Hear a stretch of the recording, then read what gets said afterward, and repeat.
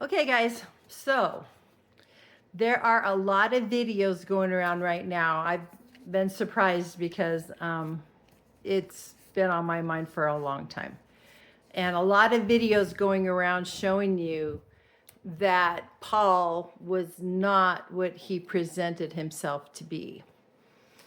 And I decided to go off on a different direction. Now, if you're really interested in finding out about Paul, and all the details. We're talking, they have dug up so much information and writings on the early fathers, back in 100, 200 AD. I would send you to watch Aaron Abke, Aaron Abke. And he has so much information. Him and his friends have so much information that they have to share with you that there's no way I could do it justice. So I would definitely go watch his channel and make a decision for yourself. Now I am going a little bit to a different direction, and my direction is going to be to show you the similarities between Paul's story and Joseph Smith's story. Because especially you Christians, if you're going to believe Paul's story, you're going to have to believe Joseph Smith's story, because I've only going to talk about 4 of them today, but there's a lot more. If you believe in reincarnation, guys, I would say Joseph Smith's the reincarnation of Paul. It's really that crazy similar. So let's get into this so this video is not too long. Number 1, they both come out of the gates saying that what? They saw a light brighter than the sun, brighter than noonday. They like to change it up a little bit, but okay, you saw a bright light, and in that bright light, Jesus Christ talked to him. Now, Joseph takes it a little further, says he saw God too, which is amazing because God's never come down off his throne for anybody. So to think that he came down for, a gold digger is amazing. It's an amazing story. So we have Acts 9:3, and I'm going to read it to you. It says, as he neared Damascus on his journey, suddenly a light from heaven flashed around him. And Joseph Smith's history, 1:16, he says, just at that moment of great alarm, I saw a pillar of light exactly over my head, above the brightness of the sun. So, you ever have anything like that happen with a bright light? Jesus might be talking to you. Okay, in Paul's accounts, Paul has 3 accounts. One account was third person, where Luke's just talking about what Paul told him. And the other 2 account was Paul telling the story, which we all know how it is when you tell your own story, right? And in Joseph Smith's, it's just a one-man band. He is on his own. This is what he saw, and you're going to believe it, right? No second witnesses, no nothing. Now, in Paul's, he says that not even in all of them. He has 3 different versions.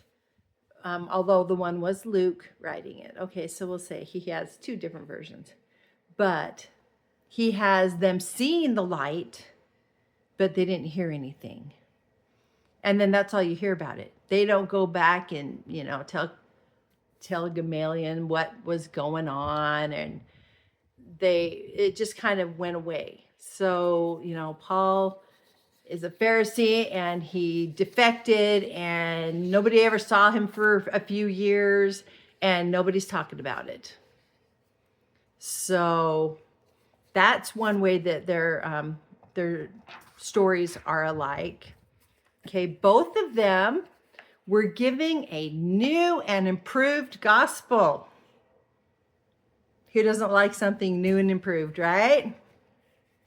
So they both claim, I wrote a lot of this down so I wouldn't get off tangent. Both claim to have a new gospel, the only true gospel on the earth at that time. But both of those gospels flip the gospel on the earth upside down. Okay, they totally go against the gospel at that time. Now, you've got to remember that Paul was a Pharisee in training. He was wanting to move his way up. He was rubbing shoulders, but we do know he wasn't too far up because he was only like high up enough to hold the coats of the people who were stoning Stephen. So he wasn't that high up, but he's sure trying to work his way up there, okay? So he was a Pharisee. He'd been trained with the gospel. So he knew the laws, he knew the gospel. Joseph, on the other hand, now the Mormons like to make out like he had a third grade education and he was just a dumb farm boy and God decided to use him. But his mother was a teacher. He came from a long line of pastors and reverends. If you go, I don't know how many generations back from him, it's the Reverend Lathrop, I think it is, that came across. Yeah, he's related to him. And he tells you, and his mom tells you, that she spent his life reading him the scriptures every night. That's what they did. They read scriptures.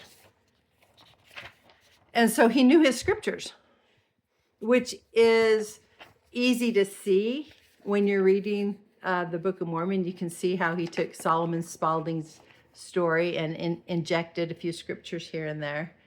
And storylines, you can see the storylines, right? So now, Paul did preach hard on Jesus's resurrection. He did preach hard on that he had been resurrected, and that's good. But he also liked to refer to it as being his gospel, and he called the people his children. So if you're, preaching the gospel for Christ, I think it's pretty presumptuous to start calling it my gospel. Let's take a look. Romans 2:16. This will take place on the day when the God judges people's secrets through Jesus Christ. True. As my gospel declares. That's Paul. Here's Paul again. Romans 16:25. Now to him who is able to establish you in accordance with my gospel. He loves his gospel. He's not saying it's Christ's gospel. Are you guys picking up on this? 2 Timothy 2:8. Remember Jesus Christ, raised from the dead, descended from David. This is my gospel. Okay, is that enough for you guys to start going, what the crud? It should be. It should be. Okay. Now, Joseph didn't really preach the Christ being resurrected. Maybe he thought that by his time, everybody already knew that, right? I don't know. But he did push the fact that he was restoring the gospel. He was restoring the gospel. But his gospel looks nothing like the biblical gospel. So in order to restore something, when you restore a vehicle, it looks almost identical to what it would have looked like when you bought it off the lot. That's what a restoration is. It needs to at least be close, don't you think? So if nothing else, also, he pushed people not to have faith in the Bible. And that's why the Mormons, they'll tell you the Bible's the Bible. When they teach the Bible, and in the Mormon world, they teach every year something different. So one year you'll learn Bible, Old Testament, then you'll learn New Testament, then you'll learn Book of Mormon, then you'll learn Doctrine and Covenants, okay? And they just rotate that round and round and round.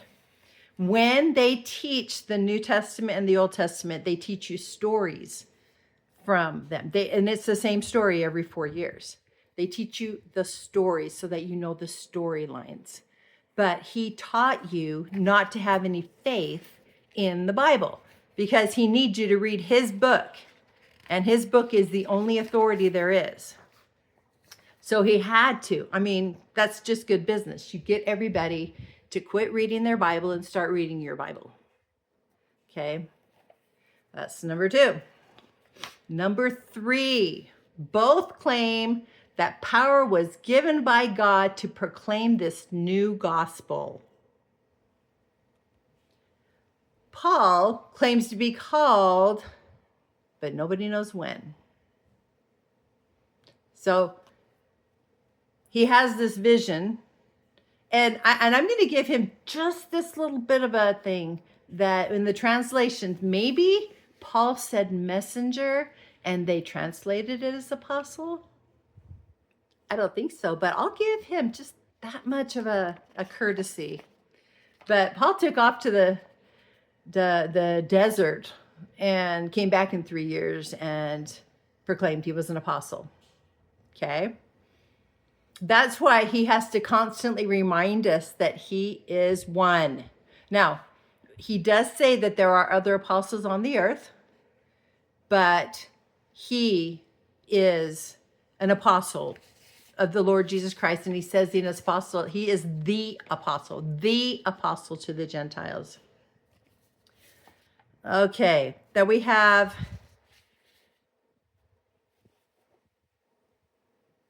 Acts 9, 1-19. That is his, that's Luke's rendering of Paul's remarkable experience, right? Never ever mentions that he has been given an apostle calling, okay? Now, Joseph, on the other hand, claims he's the only one on earth with his power. At least Paul was, sharing it a little bit. Joseph was the only one with his power. But the only ordination that was ever recorded in the LDS Church was on 6th of April, 1830, and he was called to be the first elder, not an apostle. In fact, it never says anywhere that he was called to be a prophet. People just started calling him a prophet, and he said, "Oh, yes, I'm a prophet." But he was never, ever called to be one. He was, they say, okay, now, you guys, you really need to think this through. So, in the 15th of May, 1829, he claims that he was given the Aaronic priesthood. Of course, he's out in the woods. Lots of things happen in the woods, okay? But what he forgets is that the priesthood was abolished when God rent the veil in the temple, and there was nothing between you and him, okay? The Levites, they performed the temple rites and stuff for people. Now it's just you and God, with Christ being the mediator, okay? Christ is the only high priest, and I'm going to give you a little bit of reference on that one. Hebrews 4:14. Therefore, since we have a great high priest who has ascended into heaven, Jesus, the Son of God. Hebrews 7:24-25. But because Jesus lives forever, he has a permanent priesthood. Therefore, he is able to save completely those who come to God through him, because he always lives to intercede for them. Hebrews 9:11. But when Christ came as high priest of the good things that are now already here. Okay. Christ is the high priest. Christ. I don't know where and why, except for power, did he come up with this Aaronic priesthood and Melchizedek priesthood. It's not even a thing in the Bible. Okay. Now, Melchizedek, he was back with Abraham, but he was a being. And no, he was not a person. It says he doesn't have descendants or ancestors. So it's not a person. It's not Shem. I know some of the Mormons think that was Shem. It's not Shem. Because Shem had a posterity and he had ancestors. So a lot of the Christian world thinks that it was Christ before he incarnated. I'm not going to fight you either way. I'm just saying the Melchizedek and Aaronic priesthood, there is no basis for it, and it's not real. Okay, so that is where they think they had power. Now, Joseph Smith saying he's putting everything back on the earth and he's going to proclaim the true priesthood and save the world. Paul is saying he's going to go out and he is the apostle to the Gentiles. End of story. He says everybody else is to the Jews, right? Well, let's throw that one out the window too while we can. We're going to say that in Mark and Matthew, and I'm going to read them to you, Jesus Christ was resurrected at this point. And this is what's called the Great Commission in the Christian world. And he came to his apostles. This is where he was, they were at the campfire. And this is where Christ asked Peter 3 times, do you love me? Do you love me? Feed my sheep, feed my lambs, okay? So this is that time. The Great Commission in Mark, and I'm just going to read 16:15, but you can read that whole last part, okay? This is Christ talking, Jesus Christ talking. And he said to them, go into all the world and preach the gospel to all creation. Now, do you think that might have included the Gentiles? All the world, all of his creation? Yeah. Matthew. This is your second witness, okay? You always get a second witness unless it's Joseph Smith, and then nobody asks for a second witness. They just all take it in and say, woo, look what we have. Matthew 18:19-20. Therefore, go and make disciples. Now, this doesn't mean members. Disciples are people who are following him and learning from him. This doesn't say go make churches and go make religions. This is making disciples of Jesus Christ. Therefore, go and make disciples of all nations, baptizing them in the name of the Father and of the Son and of the Holy Spirit, and teaching them to obey everything I have commanded you. And surely I am with you to the very end of the age. Let's recap a little part of that. Teaching them to obey everything I have commanded you. So, if you want to believe that Paul was called to be an apostle to the Gentiles with a new gospel, then I don't think following Jesus Christ is where it's at. Because he just sent his 12 that walked with him, talked with him, cried with him, watched him die, that he showed himself to after the resurrection. True? He just sent them out into the world to be killed for the wrong gospel? Not to mention Mary Magdalene, legend has it, went to France and was teaching the gospel, which was called the way, and converting many, many, many to the wrong gospel. And you're really going to believe that Paul, a one-man band, was called by Jesus Christ to go teach a different gospel? I don't think so.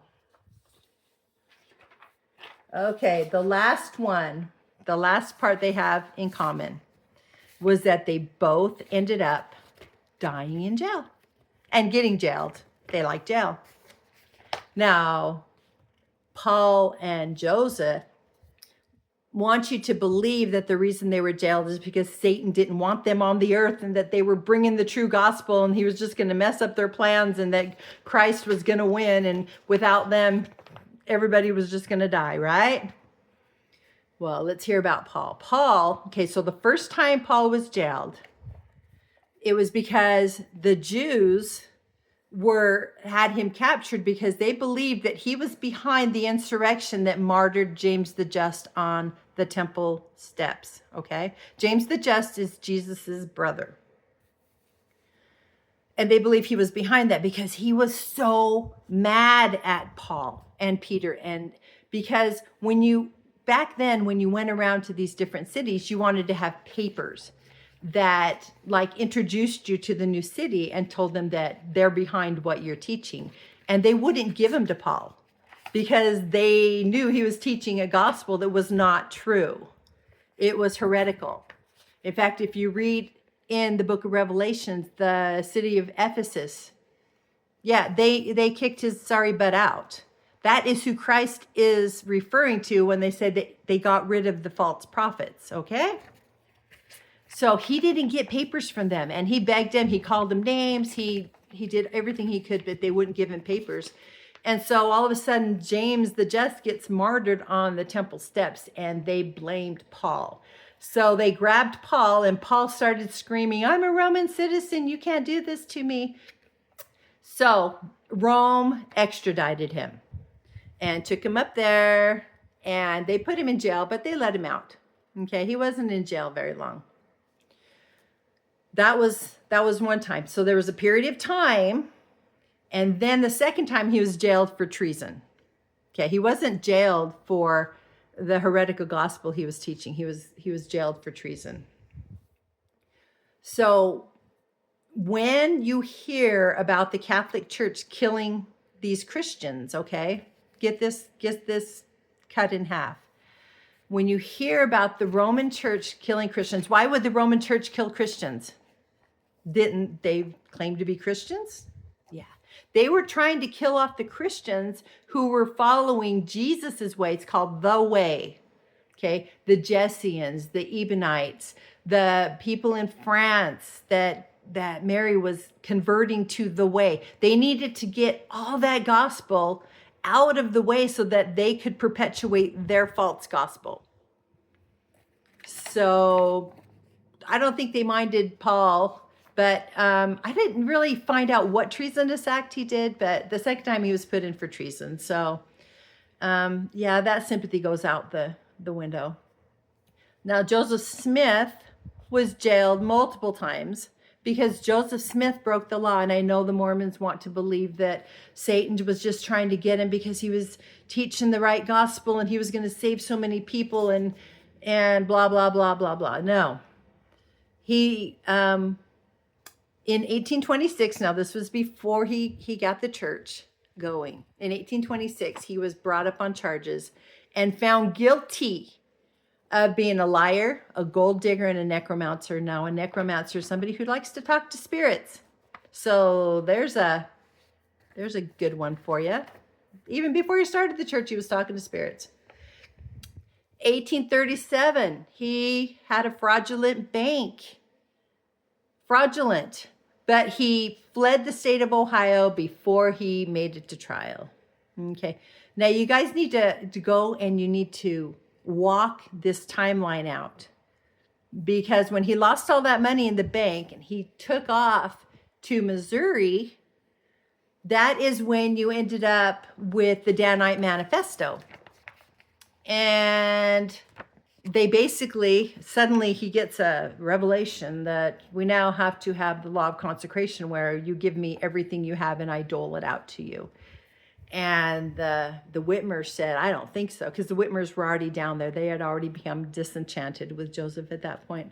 So he's threatening them. Google Danite Manifesto and read that, okay? He was threatening them if they didn't do this at maybe harm coming to them. So in 1838, he finds his butt in Liberty Jail. Yeah, you can't do that. You go to jail. And also, during that part, they were saying that it was treason against Missouri.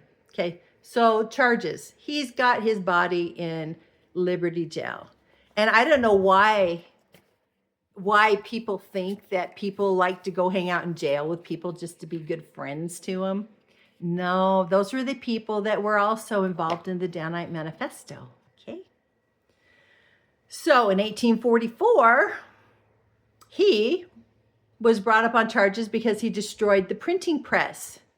I think it was called the Expositor or something like that, because he had gone after this guy's wife and wanted to have a celestial marriage with her, and he found out about it. I think his name was Law. I should have studied this better.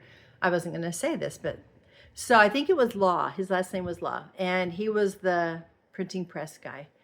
And so he was going to write a whole thing about Joseph Smith and what he was doing and all these polygamous things he was doing that he said he wasn't doing. And so Joseph threw a little tantrum and decided to destroy the printing press. So he got brought up on charges for that.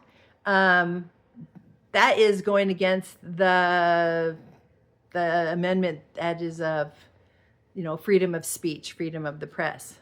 So that's a federal charge. And they also added in there, he was enlisting a riot, and he had treasonous charges against Illinois. So, was he a lamb to the slaughter? I don't think so. He was not a lamb to the slaughter. In fact, him and Hiram both had guns. They both had guns. That's why they shot people and they actually killed somebody out in the hallway, okay? They weren't no lambs to the slaughter. He knew exactly what he had done. And he was going down. Now, there's many, many, many other ideas about how he got killed, which we'll go into on another video. But this whole thing with them being innocently jailed is bogus. So those are just four things that tie them together. I mean, like the same story, the same BS gospel that they both come up with.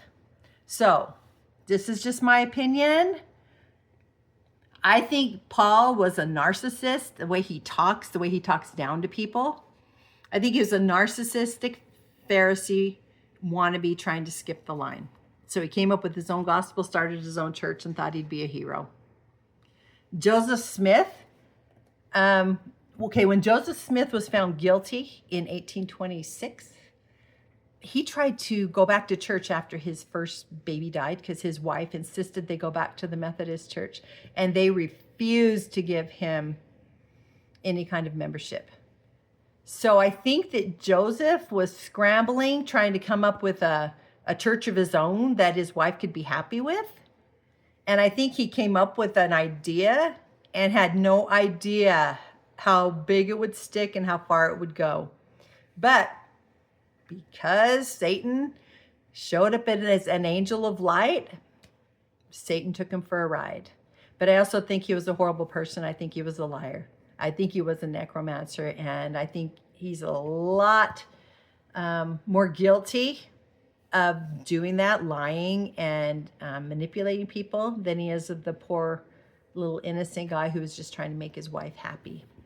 So, like I said in the beginning, both of their stories, just those 4 points, are so closely related.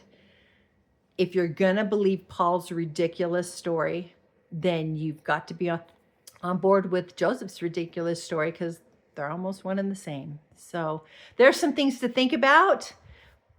I hope you dig into it, because it really is quite the rabbit hole to go down to. But till next time, remember, Jesus Christ is the way, the truth, and the life. It's time you start believing him. See ya.